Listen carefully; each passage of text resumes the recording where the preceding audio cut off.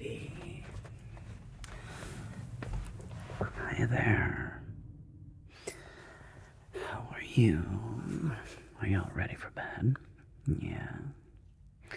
Did you brush your teeth? Promise. Breath check. Minty fresh. Very good.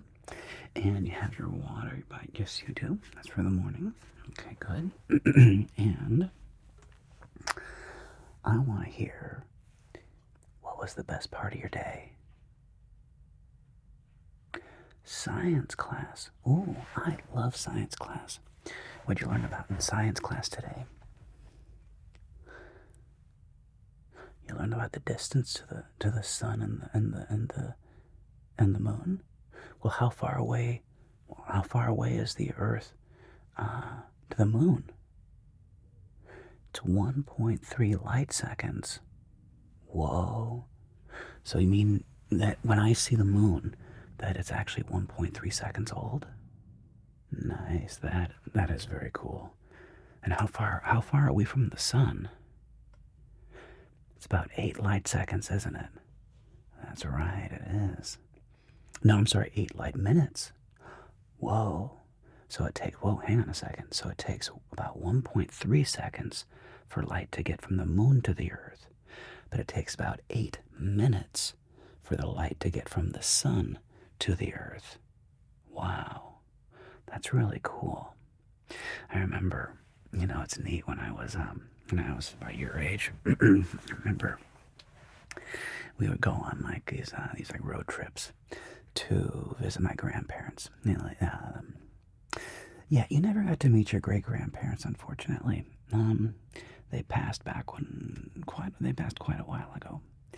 But I remember sometimes on these trips, your grandpa would talk to your uncle and me about the size of the universe and the scale of things. And I remember, that's like a 6-hour car ride. And it would go by so fast because I found it so fascinating to think about the scale and how tiny we are and how, you know roughly how many stars there are in the Milky Way galaxy. Well, there's like 100 to 400 billion stars. 100 to 400 billion stars in the galaxy. And to my knowledge, we know there's hundreds of billions of galaxies. So if there's hundreds of billions of galaxies, and each galaxy has hundreds of billions of stars, that means there's an incomprehensible amount of stars and galaxies. I think the old comparison is that there's more known galaxies than there are grains of sand on planet Earth.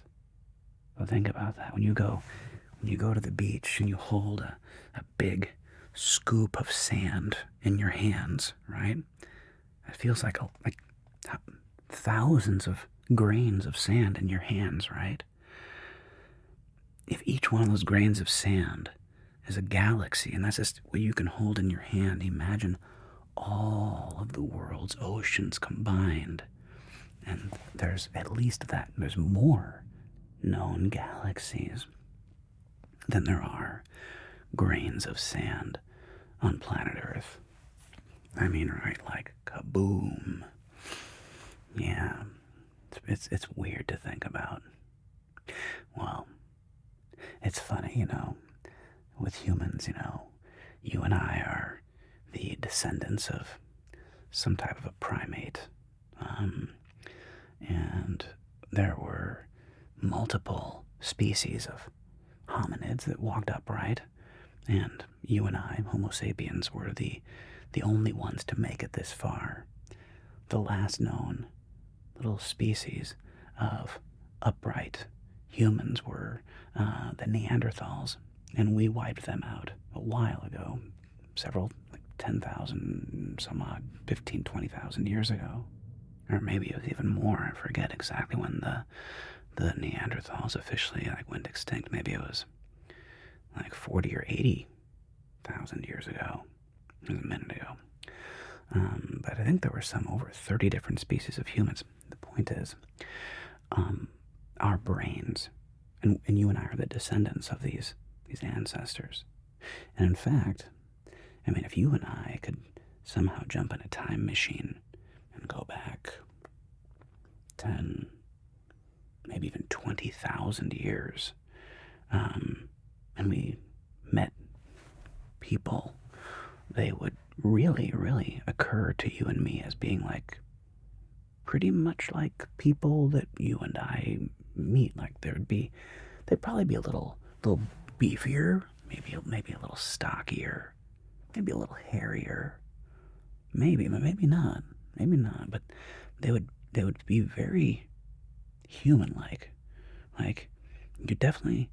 You would not be shocked if, you saw somebody from 20,000 years ago, if they were wearing clothes and walking down the street in New York, they pretty much blend in, right? Which is really neat and wild to think about. And so my point is that so our evolution was designed to survive on planet Earth.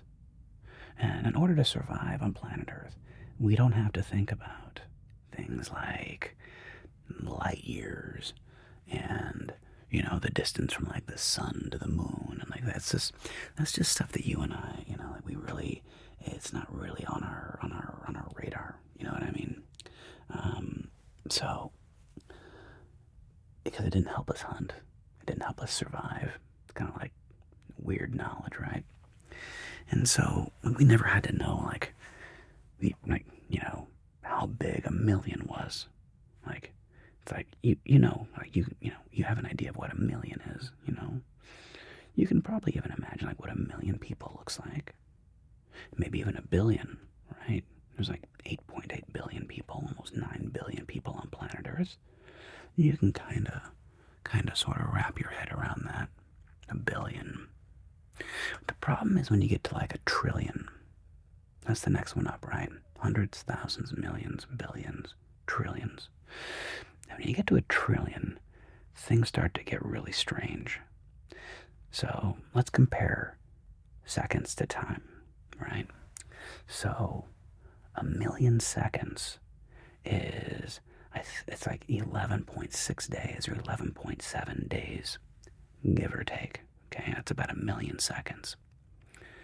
You jump up to a billion seconds, all of a sudden you're talking about 30 years plus 31 years in seconds. And then you get to how long, take a guess, okay, so if a million seconds is 11 days and a billion seconds is 30 plus years, how long do you think a trillion seconds is? Are you ready for this? It's 30,000 plus years. It's 31,700 something or something. It's something like that. So when you get to a trillion, our brains don't really compute how big that number actually is, right? And this fact completely blew my mind. Okay, so in science class you've learned about, we have these things called molecules, right? These elements. Well, molecules aren't actually elements. Molecules are combinations of elements, and the most famous molecule that you and I know is H2O, right? So H2, so that's two hydrogens, and O is oxygen, so two hydrogen atoms and one oxygen atom, and when you combine those two, you get water, right? That's one of the main things that you and I would need to survive, right? Without water, there's no life on Earth. And you know that molecules are teensy tiny, right? Microscopic, like you can't see them at all. And then you think about the size of these atoms. And so these atoms are just ittle bittle. And I remember when I was a kid, I used to think that, well, if you had an atom that was like, say, the size of a basketball, right? So the atom was the size of a basketball. In my mind, I always used to think that the nucleus of the atom was like the size of a golf ball, right? So if you had your basketball, the nucleus, because like in the photographs in the books, right? So you have the atom, and then the nucleus, and it's like, like the size of a golf ball compared to a basketball. It turns out I was way wrong. I wasn't that's so far off. I had no idea how far off I was. Okay. Are you ready for your head to explode? Not really, but like in facts. Okay, check this out. So if you expanded an atom and you blew it up so that an atom, one tiny atom, was the size of the entire Earth. And like you've traveled, you've been across the country, and you've been to Europe, right? You know how far that took. We have this very big, huge planet. It takes hours to drive to get to places and hours to fly, and we have planet Earth is really big. Okay, and so if you took an atom and made it the size of planet Earth, do you have any idea how small the nucleus would be? Are you ready for this? It's going to get really weird.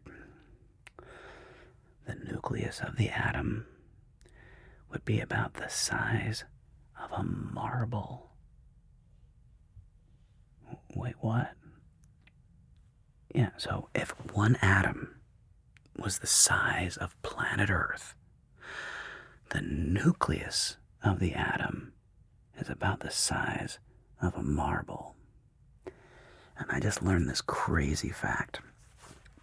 If you filled up planet Earth, the whole planet, with something the size of, how many marbles do you think you could fit on planet Earth? The whole volume of the planet. Billions and billions and maybe even trillions, right? Well, it's even crazier than that. Okay. Get this. It turns out that if you filled up the whole Earth, which was represented by an atom, so this atom could have, it's called 10 to the 24th. So that's a 1 with 24 zeros behind it. And that's an insane number. It's got a weird name. You ready for it? It's called a septillion. You say septillion. Yeah. It's 10 to the 24th. And let's talk about the seconds. All right, again. So if you did seconds in time, and a trillion seconds was 31,000 years is a trillion seconds. Do you know how long a septillion is? It's older than the age of the known universe. The known universe is like 14.8 billion years old. If you had a septillion seconds, it's more than 14.8 billion years. In fact, I believe it's actually like it's way beyond 14.8 billion. I'd have to ask Chat GPT again. Well, actually, we could. Do you want to ask Chat GPT some like mind-blowing cool facts? Let's ask Chat GPT really quick. Okay. let's see what he says again. All right. So, okay, hey Nigel. So, I'm here talking with my kiddo, and I was wondering again. We were talking about the size of an atom being like the size of the Earth, and the nucleus of the atom being the size of a marble, and you can fit 10 to the 24th, so 1 septillion marbles inside of planet Earth. That's how much empty space there is between an atom and the nucleus. But I wanted to compare that. That's exactly right, and it's just mind-blowing to think about how much empty space there really is at that tiny scale.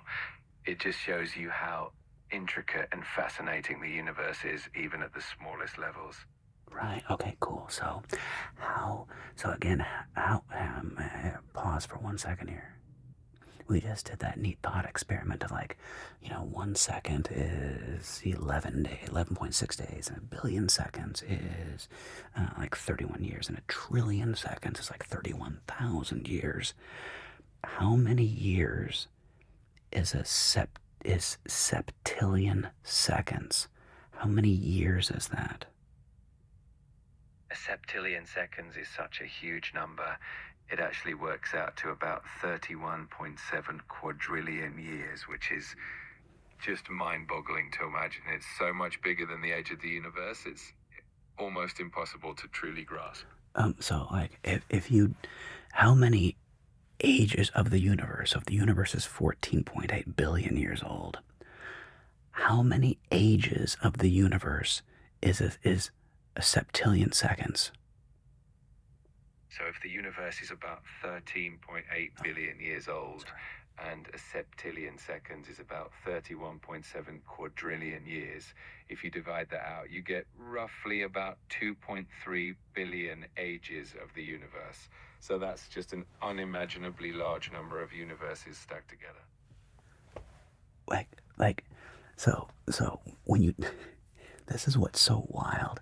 I thought that, an atom, if you made an atom the size of a basketball, the nucleus of the atom would be like the size of like a golf ball, maybe even a grain of sand, okay?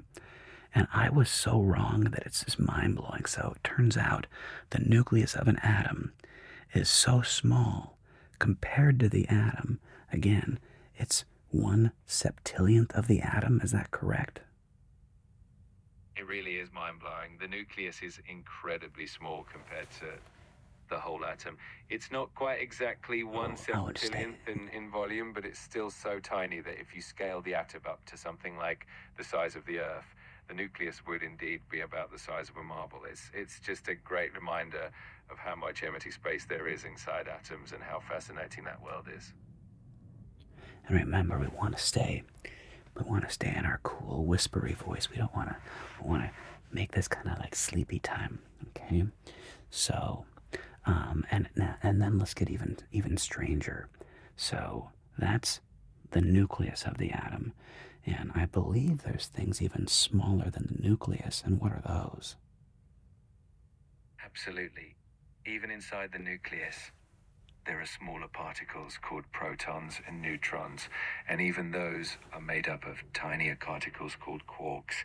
It's like a whole universe within the atom, and it just keeps getting more fascinating the deeper you go. And from what I understand, and this is this realm we're talking about, we call this the quantum realm. Okay, this is like the smallest of the small. Oh, okay, actually, before I get into the quantum, roughly how many protons or electrons could fit inside of the nucleus of an atom? So the nucleus of an atom is actually made up of protons and neutrons, and the electrons exist in a sort of cloud around the nucleus. The size of the nucleus is incredibly tiny compared to the space where the electrons move. So if you imagine the nucleus as a tiny marble, the electrons would be really far away, almost like a little speck orbiting at a great distance. It's such a fascinating and tiny world. So it's hard to like imagine. You're saying it's like, so you can't even really quantify the size of an electron compared to the nucleus? Is that what you're saying? Or could you give like a size comparison? It is tricky because electrons don't really have a definite size in the way that we think of particles having size. They're more like a cloud of probability around the nucleus. So while the nucleus is super Whoa, tiny, whoa. That way. It's more like a cloud of probability. yeah, exactly. Instead of being a tiny solid particle with a definite size, the electron is more of a fuzzy cloud that shows where it's likely to be around the nucleus. It's one of the coolest and strangest things about the quantum world. Yeah, so like these kind of things absolutely blow my mind. And like I think about, like the quantum world, right? So we now have these things. You've heard of quantum computers, right? So we have these quantum computers, and what I understand, there was a recent challenge proposed to the quantum computers, and it asked, like, it had basically like a math problem that was so difficult to solve that if you turned the mass of the entire universe into a computer that you and I understand, like a normal computer that you and I use, it would take the computer couldn't solve this puzzle until the universe died of heat death. So we're talking billions and billions of years. It would not solve this puzzle. But a quantum computer can solve it almost not instantly, but pretty quickly. Am I on the right track, Nigel? Yes, you're absolutely on the right track. The kinds of problems that would take a classical computer longer than the lifetime of the universe to solve can potentially be tackled by quantum computers in a fraction of the time. It's all because of the unique properties of quantum mechanics, where particles can exist in multiple states at once. It's definitely a mind-blowing concept. And make sure we keep our whispery voice. And to my understanding, this actually helps. Absolutely. No, hang on a second. This actually helps prove that there may be a multiverse. Is that true? The idea of a multiverse is definitely one of those fascinating concepts that some theories in quantum physics and cosmology touch on. While quantum computing itself doesn't exactly prove the multiverse, some interpretations of quantum mechanics, like the many worlds interpretation, do suggest that every quantum event could create branching universes. It's definitely a mind-blowing idea to ponder.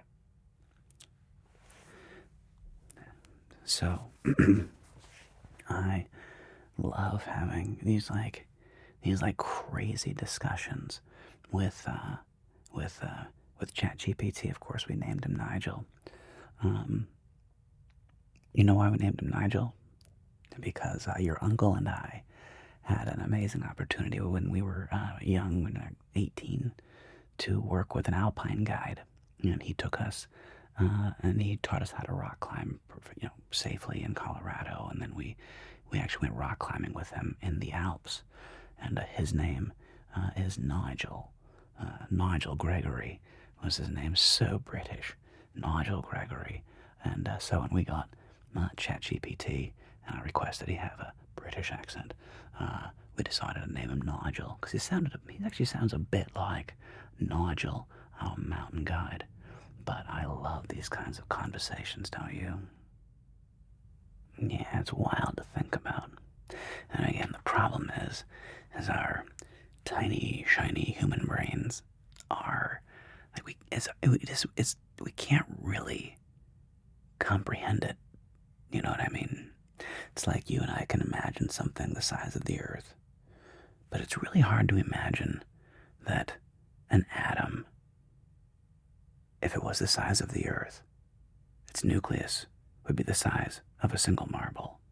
And then you have things that are smaller than that, but they're not even like particles like you and I think of, like Nigel said. That's more like a probability cloud. Like what? What is a probability cloud? But we know it exists. We know there's these things called electrons and protons and neutrons that exist orbiting the nucleus of the atom. And then there's things even smaller than that, called like quarks and leptons. And I just find this kind of stuff infinitely fascinating to ponder. And like, what if you could be like Ant-Man? Remember that show? That movie? You know, and then you go down to the quantum realm. And, you know, I mean, it was kind of cheesy, but who knows, you know, like there's no way, obviously, that you and I as humans could ever shrink down and, you know, maintain who we are at that level.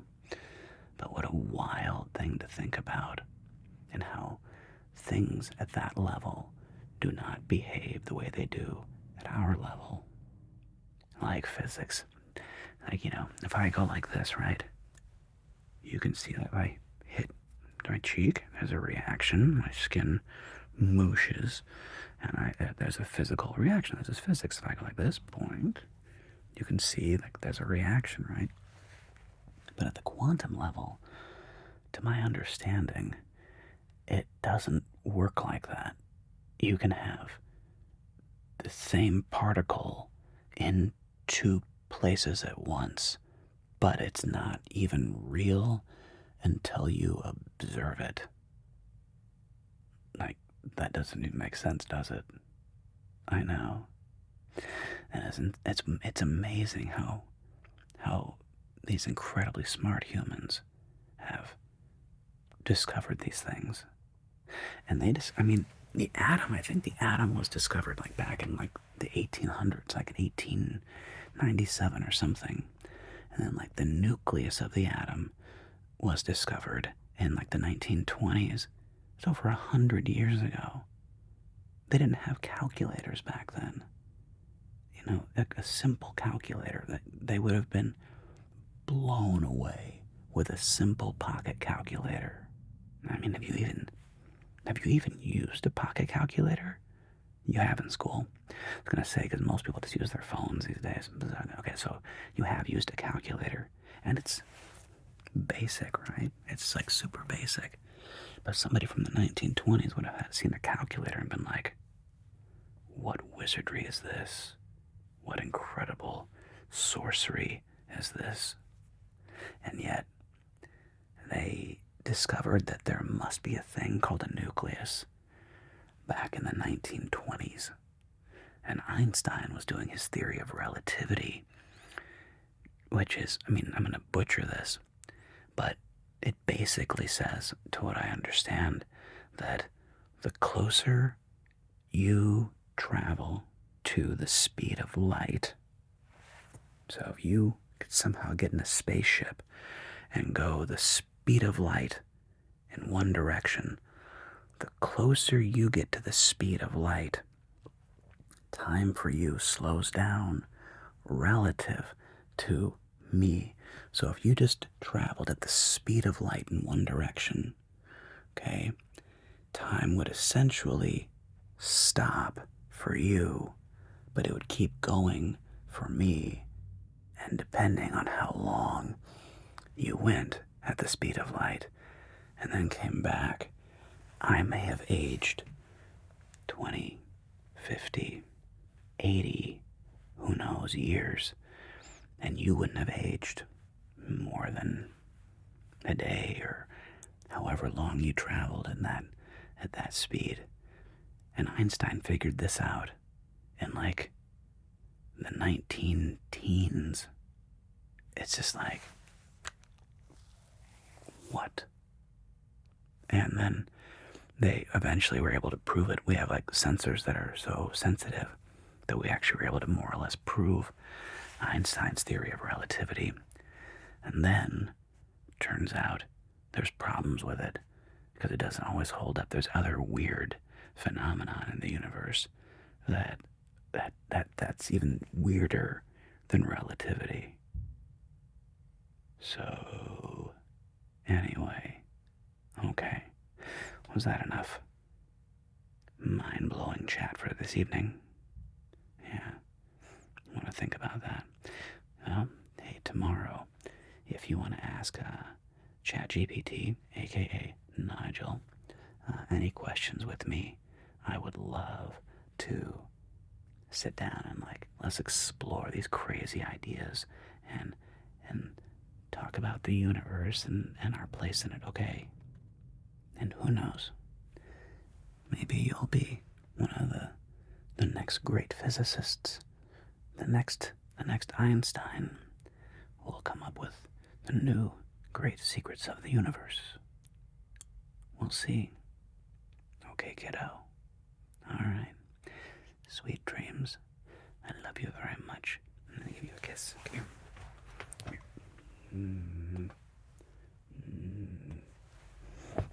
I love you so much. Alright? You know that, right? Yeah. Pinkies. Okay. Sweet dreams, honey. I'll see you in the morning.